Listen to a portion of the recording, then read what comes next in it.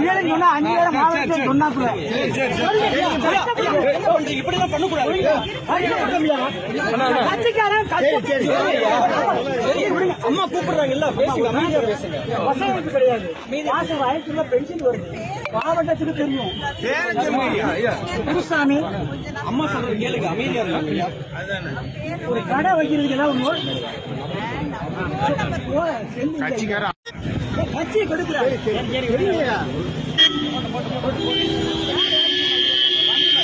அவர்கள் இருக்கும் போது, மாணவர்கள் இருக்கும் போது அவர் அருமை கண்டு தங்கவே எங்கள் 1988 எந்த எவ்வளவு செய்வாங்க? ஒரு கட்சிக்காரன் செய்யாங்க. கட்சிக்காரனுக்கு இவங்க யாரு செய்வாங்க? விளக்கு மரம் போடுத.